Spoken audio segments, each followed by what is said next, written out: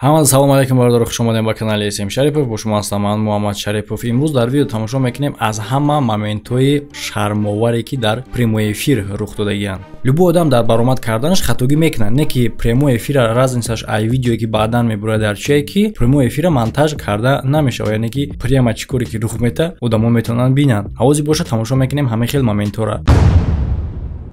ва пеш аз видеоро давом дан, чун ҳар вақт танҳо ба мухлисои ҷанговар бозингаро гуфтам ки ба ссылкаи дар комментария закрепишда метавонед бигзанед, регистрация кунед ва дар бурди ҷанговар бозингаро сум кор кунед. Фаромӯш накунед истифода бурдаи промокода ки ба ёрдами промокод метавонед то 6500 рубла бонус ба даст биёред. Ссылка ба регистрация дар комментария закрепичдеги. Видеоро сар мекунем аз ҳодисае ки дар ин консерт рух додагияй. Главни роли ҳодисада бозӣ мекуна сарояндаи хитоӣ. ӯ суруда бо микрофони чапана мехона. Бале бардор, якчанд куплети байда дар куни микрофон мехона. Баъди микрофона толудан овози ӯ тамоман тағйир намеёбад. Аз ҳамин хотир и тасдиқи онайги ӯ падфонограмма хондаиста буд. Бале микрофона сараш аз кунуш фарқ дорад. Ман намедонам ки чӣ хеле сароянда фарқ накард тарафи чапу рости ва поёну болои микрофона. Не надо так. Мумкин ин кор барои хубӣ дошта бошад ки дигар пас падфонограмма намехона ё ин ки дар микрофонаш менависонанд чап рост. В принципе, логично. Бардор шумо дар комментария бинависед ки зинда сароидани сароянда барои шумо муҳима вақте ки шумо ба консерти ӯ рафтагиян ё ин ки фарқ надорад. Главне ки садо тоза бошад.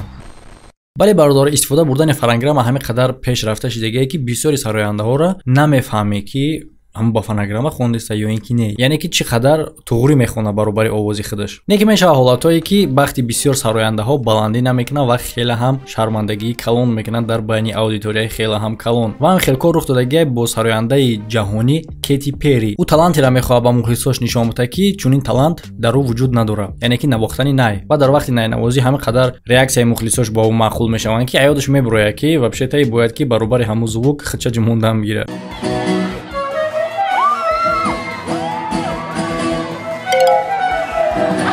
мисли таланти набудагиш оврӯи набудагишам баъди рехт. Албатта реаксияи ай тараф хубае ки қоил мешавад ки хай сирш фошид, но ҳастаи сарояндаҳое ки баъди сиршон фошидан бо давом метан, мисли ҳамун китаянкае ки бо микрофона роз карду далчи хондан гирифт. То охири видеоро тамошо кунем бародаро, хеле ҳам чизҳои ғайриёддӣ ва хандаовар мебинем.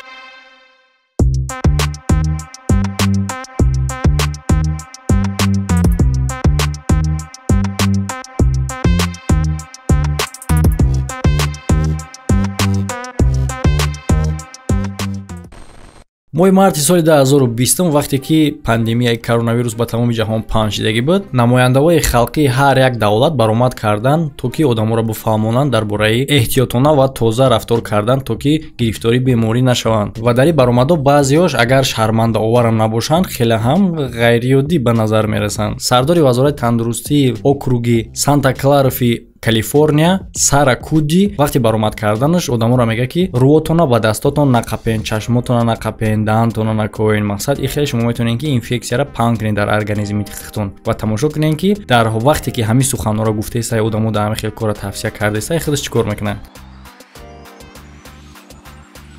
албатта ғайриёдӣ нест ки баъди гуна рафтор дар комментария одамо нависонданд ки совете ки ӯ ба дигарон мета, ӯ аввал худаш бояд советро риоя кунад. хай чӣ бечорак нагор мекунем, мумкин чилик ширин буде. дар журналистҳое ки репортажа тариқи прямой эфир мебаранд, бисёр ҳолатҳода проблемаҳои техникӣ мешавад ва ин проблемаҳоро бояд ки дарҳол ҳал кунӣ то ки прямой эфир қатъ нашавад. бои баранда бо номи Медисин Брукс дар прямой эфир наушникаш аз кор мебарояд ва дар ин вақт як бача мумкин ки аз гурӯҳи кории худшон боша, меояд ба ҷои микрофона тоза кардан микрофона дар дасташ мехапад ва гӯши духтара мелеса. аз ин кор духтар хеле ҳам нороҳат мешавад, не ки ғайриёдигиш дар ин ҷае ки баъди ин кор микрофон соз мешавад. ман фикр мекунам ки дар ин ҷа ягон кори ғайриёдӣ ва ҳайроншавиш нест. мумкин ки ин ҳамун табиб боша ки ба буса соз мекунад одаморо. агар журналистҳо бихоҳанд ки дар вақти прямой эфир кардан ягон шоу бисозанд, ӯ бояд ки пешакӣ чӣ қадар дароз бояд репетитсия кунанд, вагарна ҳамаш хеле бад анҷом меёбад. духтар репортажа аз Таймс-сквери Нью-Йорк бурдаиста буд. мувофиқи барнома дар як лаҳза бояд дар пеши ӯ человек-паук пайдо мешид ва вақте ки ӯ меафта, ӯро бояд меқапид. не ки меқапад духтараву, не ин ки дар вақти ғалтидан, баъди ғалтидан. хеле ки шумо медонед бародаро, Питер Паркер вақте ки паук мегаза, ӯ баъдан человек-паук мешавад, дар натиҷа реаксияш тез мешавад. ва фикр ми человек-паук ки дар ин репортаж аста, ира паук неу самбаха газидагия. جری ساینفیلد ایرا ممکن بسیاری نشناسن که در امریکا و خیلی هم مشهوره. این اکتور، هجوینیگار و سناریست ای که خیلی مخلص زیاد داره و آدمو دوستش می‌دارن. بغیر از آدمای عادی بسیار آدمای مشهور هم مخلص این آدمن و میخوان که با او شناس شون و صورت بگیرن. در بین این آدمای مشهور هسته سراینده کشه. وقتی که جری اینترویو داشته بود سراینده با نام کشه او را میبینه و میخواد که بنازی اومده او را اچون کنه با او صورت بگیره. نکی شما تماشا کنید ریاکسیای بچه را، یعنی که کارا رد میکنه. شما وریانت های خودتون برادر در کامنتاری بنویسین که چرا او نخواست که دختر او را با آغوش بگیره و همراه او صورت بگیره. فقط همین وریانت چنان نویسین که امرنگ اسمت اسلام صورتگیریش $1000 نه. این پروستا بعدا خودش میفهمونه میگه که ما نشناختم پروستا ای کیه. نمیدونم خیلی نشناسی با نمیمونی خیلی صورت بگیره بگو و تمبولی پیشت اچون کنی اومده سه. در جد تا وریانت یا اینکه بچه رنگو برنگه یا اینکه رنگی اسمت اسلام صورتگیریش $1000 میسته. تصور کن که غالبیت را اعلان میکنن بعد یگون سری نوانی یا اینکه یگون کاری دیگه وقت باشی خرسان میشه هم رفیقات خبر میکشه است میگه تا گوسپند بکش کراچی ما اومدم که در همین لحظه شما را بگن که بس در اینجا خطا شده دیگه شما غالب نیستین و دیگر کسای اتو вже کلای گوسپند گرفتگی жалко گوسپند. البته که خیلی هم بزیبه نیکی همه خیلی کار رخ دادگیه. سال 2019 هم کلسی مارتوینیچا همچون غالب در کنکورسی توپ مدلی استرالیا اعلان میکنن. برنده نام او را میگیره. کلسی خرسندی میکنه. از چشمای او اشکی شادی میریخت که در یک لحظه برنده میگه که خطا کرده و غالب اماندا ویر و در همین لحظه اشکی شادی او مبادل میگرده به اشکی غم. فکراتون در کامنتار بنویسین که اگر همه خیلی رفتار با شما میکردن چیکار میکردین؟ ریال نبنویسین. انی که دختر خودش میقپه برنده را دستگیری میکنه برات با جایی که برنده او را دستگیری کنه و غالب اصلی را تبریک میکنه با بردش. نیکی من فکر میکنم این دروغه برادر افسر اونا زیق شدگی و غضبی شدگی. هنگام مراسمی که غالبا را نگردید میکنن و باید که یگان سخنای فراموش نشونده گپ زنن. دسته نیدرلندی لیکل سپنن که برای بهترین تویچ کانال نگردیدشون میکنن همه خیلی سخنی فراموش نشونده میتونه بگه. انیخترش تماشا کنین چه خیلی. پیش از سخنرانیش او بین پوزا میسته و یا 15 ثانیه نمیجنبه.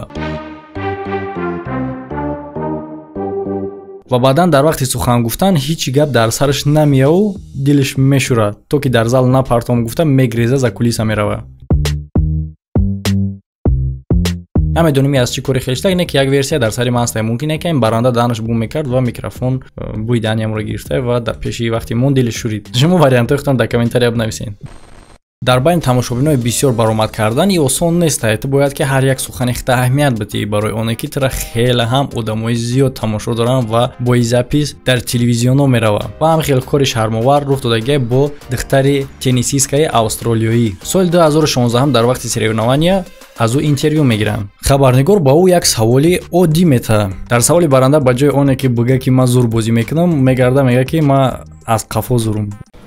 Что? بعد این سخن از دانش برآمدن و خودش میفهمه که سخن گفت که سخن چند معنا داره و شرم رو عبارت زیاد میکنه خنده اودیتوریا. بسیار هم خیلی خطاگی رخ میده در توک شوهای کلان تلویزیونی و یکی او رخ دادگی در توک شوی الین دجنرس. در شو برای تماشابینان توفه میارن و یکی از این توفه ها تلویزیون بود. آدمی که تلویزیون باید میآورد پریما در صحنه تلویزیون چپا میکنه. ای هم در غیر دیگه چیه که کارگر حرکت میکنه که تلویزیون چپا کردگیش راست کنه. ابرد نه پاستاف کرا با کاروبکا راست میکنه خیال میکنه که تلویزیون هم راست کرده و میروه. خیلی چی کاروبکاش هم بازی باید گو بگیریم بریم.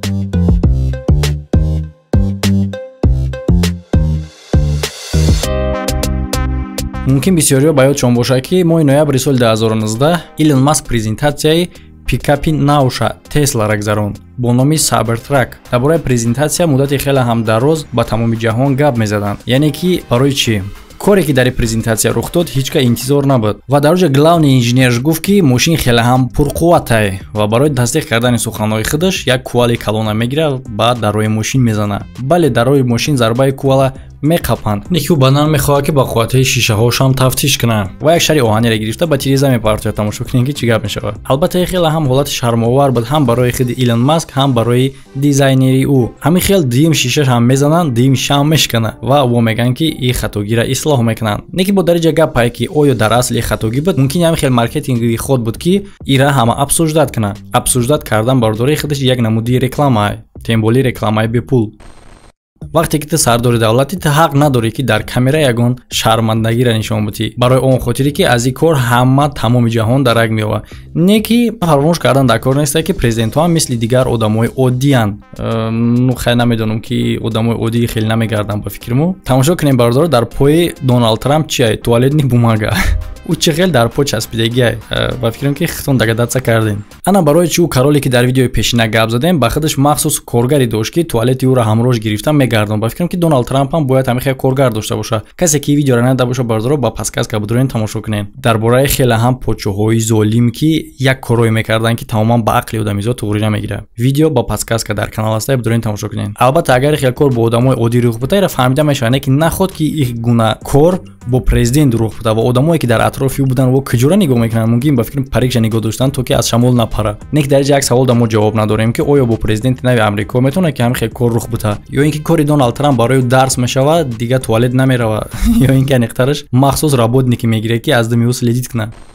کارهای غیرعادی نه تنها با آدمای مشهور میتونه رخ بده، با خلق عادی هم میتونه که رخ بده. حتی با بومژی که شما در کادر دیدین با فکرم که یگون بوی خیلی هم خوشبو از طرف موسرکا میفهمه و با شکار میوه. نه که بعداً معلوم میشه که موسرنی باگ زنده است. اسپیشال هم خیلی بورا هوی میته تا که بومژو بیاین و بعداً او را بخره. Если что, каси ки нафаҳмед бардори шӯхӣ бад мусорни бак бомжа нахӯрда, просто бечора ғалтид. Дуо кунем ки бироя. Ҳамада хайр бардори фикри худтон дар комментария бинависен, видеои пешинаи канал тамошо карданашо фаромӯш накунед, дар канали нави мо обуна шавен, ссылкаи ҳамаи каналҳо дар описанияи видео аст. Ҳамада хайр то видеоҳои оянда.